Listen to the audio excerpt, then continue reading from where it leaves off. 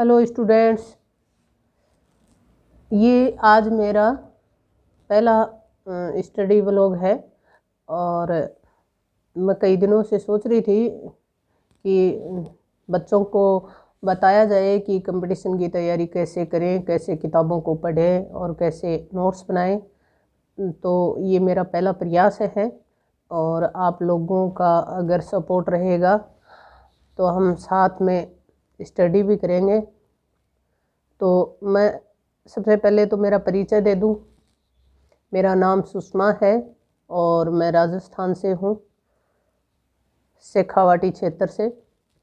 और मैंने कई दिनों से सोचा था कि कंपटीशन की तैयारी करने वाले बच्चों को थोड़ा मार्गदर्शन दें।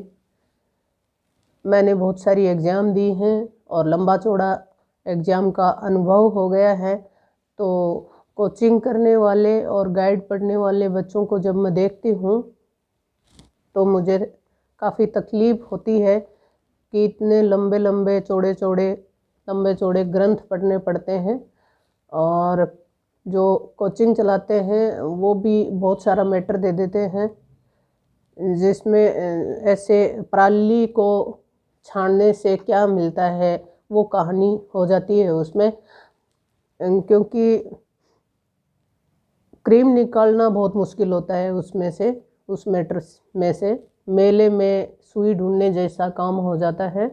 लेकिन कंपटीशन की तैयारी ज़्यादा पढ़ने से नहीं होती है। कंपटीशन जीता जा सकता है ज़्यादा पढ़ने से नहीं, एक रणनीति के तहत। एक बहुत ही कम मैटर पढ़ के भी बच्चे कंपटीशन को तोड़ देते हैं। वो क्यों? क्योंकि कंपटीशन का एक मूल सिद्धांत है रणनीति। रणनीति से जो पढ़ता है वो बहुत कम पढ़ के बहुत कम समय में भी सफलता हासिल कर लेता है, जबकि बहुत ज़्यादा पढ़ने वाले 18-18 घंटे पढ़ने वाले और बहुत मोटी मोटी किताबें पढ़ने वाले रह जाते हैं। तो मैंने रीट की एग्ज़ाम दी हैं, सेकंड ग्रेड की दी हैं, फर्स्ट ग्रेड की दी हैं। तो मैंने भी एक रणनीति का पालन किया है।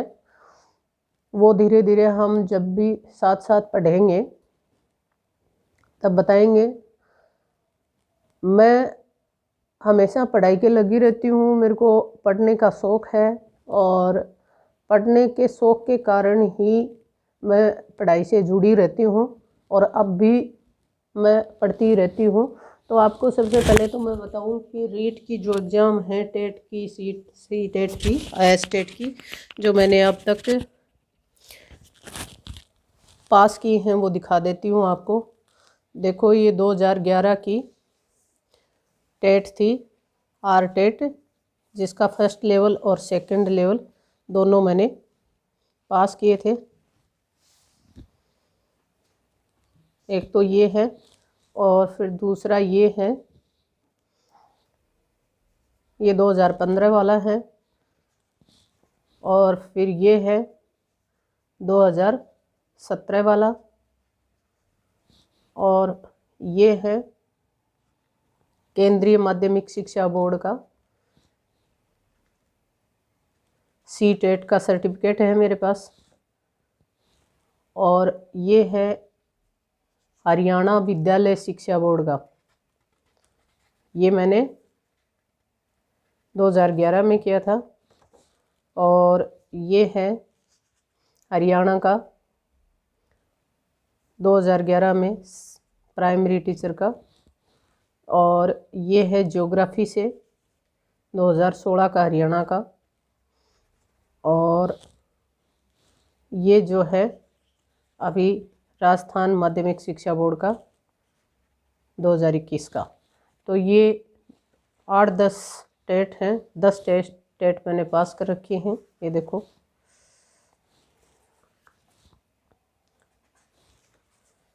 और सेकंड ग्रेड 2018 में मेरा रिजल्ट पॉजिटिव आया था। ये देखो, इतनी मैंने टेट क्लियर कर रखी हैं। और मैं MA बीएड हूँ। बीएड मैंने मेरे गांव के पास से ही की थी और 2 सब्जेक्ट से मैं पीजी हूँ। एमए मैंने 2 सब्जेक्ट से कर रखी है, ज्योग्राफी और पॉलिटिकल साइंस दोनों सब्जेक्ट से मैंने एमए कर रखी है। बीएड करी रखी है, ये आपको पता है। तो अब हम आगे की जो तैयारी करेंगे वो आपके साथ शेयर करते रहेंगे। एक प्रेरणा होनी चाहिए दिल में कुछ करने की, तो फिर उम्र भी कभी आपका वो नहीं रास्ता नहीं रोक सकती। पढ़ाई एक ऐसी चीज़ होती है जो हमेशा पढ़ते रहना चाहिए, व्यक्ति को सीखते रहना चाहिए। ज़िंदगी भर सीखना ही अधिगम कहलाता है, ये आप सबको पता है। और सीखना ज़िंदगी भर चलने वाली प्रक्रिया होती है।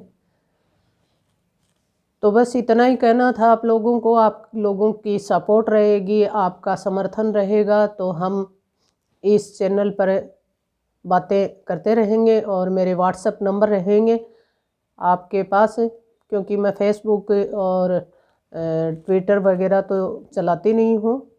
टेक्नोलॉजी का ज्ञान मेरे को बहुत ज़्यादा नहीं है, बहुत कम ज्ञान है।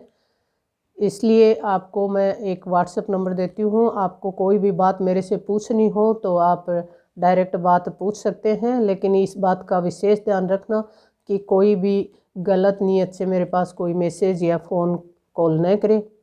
इतना थोड़ा सा मर्यादा रखना। और मेरी आपको सलाह है कि कभी भी निराशा घर नहीं करनी चाहिए। हमेशा आदमी को पॉजिटिव और आशावादी रह के तैयारी करनी चाहिए। अपने माँ बाप का नाम रोशन करने में जहाँ तक हो सके हमें लगे रहना चाहिए। कोशिश करनी चाहिए माँ बाप के सपनों को साकार करने की। उसमें सफलता असफलता मिलती रहती है। बार बार असफल होने पर भी हम कुछ न कुछ सीखते हैं। बहुत जल्दी सफलता मिलना भी बहुत गलत होता है, क्योंकि उसमें आदमी को अनुभव नहीं मिलता है। असफलताएं ही हमें कुछ सिखाती हैं, और असफलताओं के कारण बार बार असफल होने से हम कुछ नया सीखते जाते हैं। और अंततः हमें पता चलता है कि वास्तव में हमारे ज्ञान में बहुत वृद्धि हुई है इस चीज़ से। अगर पहली बार में सिलेक्शन हो जाता तो ऐसा नहीं हो पाता। तो कभी भी नेगेटिव विचार दिमाग में नहीं आने चाहिए। असफलता आपके लिए एक नई सीढ़ी का मार्ग प्रशस्त करती है, एक नई मंजिल का मार्ग प्रशस्त करती है। और बहुत ज़्यादा पढ़ने के बाद भी अगर सफलता न मिले तो भी निराश नहीं होना चाहिए, क्योंकि व्यक्ति का व्यक्तित्व यानी कि पर्सनालिटी है वो सुधरती है, उसका ज्ञान सुधरता है। कहीं भी बात होती है, कहीं नुक्कड़ पे ही आप खड़े हो जाओगे तो वहाँ आपको नीचा नहीं देखना पड़ेगा, क्योंकि आपके पास इतना ज्ञान हो चुका होता है कि कहीं भी आप प्राइवेट सेक्टर में भी जाओगे तो वहाँ भी आपकी इज्जत में इजाफा होता है। तो ज्ञान कभी भी आदमी को नीचा नहीं दिखाता है। इन्हीं शब्दों के साथ हम एक नई प्रेरणा के साथ तैयारी करेंगे। राजस्थान की जितनी भी भर्तियां हैं जो आरपीएससी या रीट टेट के माध्यम से जो होती हैं, उनके मार्गदर्शन के लिए मैं आपके साथ रहूँगी और मेरा साथ दो। आप अधिक से अधिक अपने दोस्तों को जोड़ो इसमें। और मेरा कोई इसमें लालच या पैसा कमाने का कोई मकसद नहीं है। मेरा एक ही मकसद है कि जो गरीब बच्चे हैं और जो भारी भरकम कोचिंगों की फ़ीस नहीं भर सकते, उनको गाइड किया जाए। अब यूट्यूब एक ऐसा माध्यम आया था जिसके माध्यम से गरीब बच्चों को मदद मिल सकती थी पढ़ाई के लिए, लेकिन अधिकतर यूट्यूबर ने क्या किया है कि कोर्स पैड कर दिए हैं, पैसे लेके और कोर्स बांटते हैं, बेचते हैं वो। तो गरीब बच्चों को फिर भी वंचित रहना पड़ता है। और मैंने देखा है यूट्यूब पे या कोचिंग वाले जो कोर्स बेचते हैं, उनमें ये क्या करते हैं कि वो मैटर नहीं देते हैं जिनसे एग्ज़ाम में प्रश्न पूछे जाते हैं। यूट्यूब पे पढ़ाते हैं, वो क्या करते हैं कि बच्चों को बहला कर रखते हैं, 8-8 10-10 घंटे के वीडियो डाल देते हैं, लेकिन उनमें से उस मैटर में से परीक्षा में सवाल नहीं आते हैं, क्योंकि उनको भी पता है जो परीक्षा की दृष्टि से महत्वपूर्ण टॉपिक है वो कोर्स में शामिल कर देते हैं। और जो जिससे परीक्षा में प्रश्न आने की संभावना नहीं होती है वो टॉपिक लेके यूट्यूब पे ये लोग 8-8 9-9 घंटे लगे रहते हैं। बकने से बोलने से कुछ नहीं होता है, वो ये नहीं देखते हैं, मेहनत नहीं करते हैं। थोड़ा ज्ञान हो गया तो ज्ञान के माध्यम से वो डाटा पेश करते रहते हैं, लेकिन उनको इस चीज़ का मतलब ही नहीं रहता है कि आपने जो 2 घंटे 8 घंटे पढ़ाया है उसमें से पर्सन कितने आएंगे। एक भी क्वेश्चन ऐसा नहीं छूटना चाहिए कि आपने कोई टॉपिक पढ़ाया और उसमें से पर्सन पूछा गया है लेकिन आपने जो पढ़ाया उसमें नहीं आया। ऐसा नहीं होना चाहिए। पढ़ाई तो वो होती है। तो ये क्या करते हैं कि परीक्षा से जस्ट कुछ दिन पहले लंबे लंबे वीडियो डाल देते हैं, उनसे कोई फ़ायदा नहीं है, आप लोगों का नुकसान होता है। तो मेरा एक सुझाव है आप लोगों को कि जो ये मैराथन वीडियो चलाते हैं उनको तो बिल्कुल ही मत देखा करो, उससे कोई फ़ायदा नहीं होता है।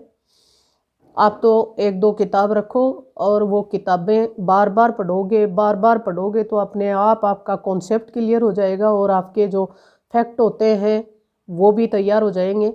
तो देखो, यूट्यूब पे तो हर कोई अपना सामान बेच रहा है, उनको तो ग्राहक चाहिए, पैसे से मतलब है, आप लोगों की भावनाओं से, आप लोगों के भविष्य से उनको कोई फ़ायदा मतलब नहीं है। वो अपना फ़ायदा देखते हैं। तो भेड़ चाल मत चलो, और जो दूसरे कर रहे हैं तो अपन भी कर ले, उसने ख़रीद लिया तो मैं भी ख़रीद लेता हूँ, ऐसा नहीं होना चाहिए। सेल्फ स्टडी से भी कंपटीशन तोड़ा जा सकता है, ऐसी बात नहीं है। और ख़ास करके यूट्यूब के सहारे तो मुझे नहीं लगता कि कोई सक्सेस मिल सकती है। बच्चे की खुद की काबिलियत से ही मिलती है, इनका कोई योगदान नहीं है, क्योंकि ये उस स्तर की पढ़ाई नहीं करवाते हैं और न ही इनको ये अंदाज़ा रहता है कि कौन सा टॉपिक परीक्षा में पूछा जा सकता है।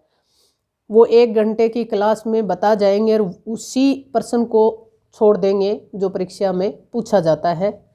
तो इन बातों से बचें और अपनी तैयारी खुद करें। बस इन्हीं चंद शब्दों के साथ विदा लेती हूँ। नमस्ते।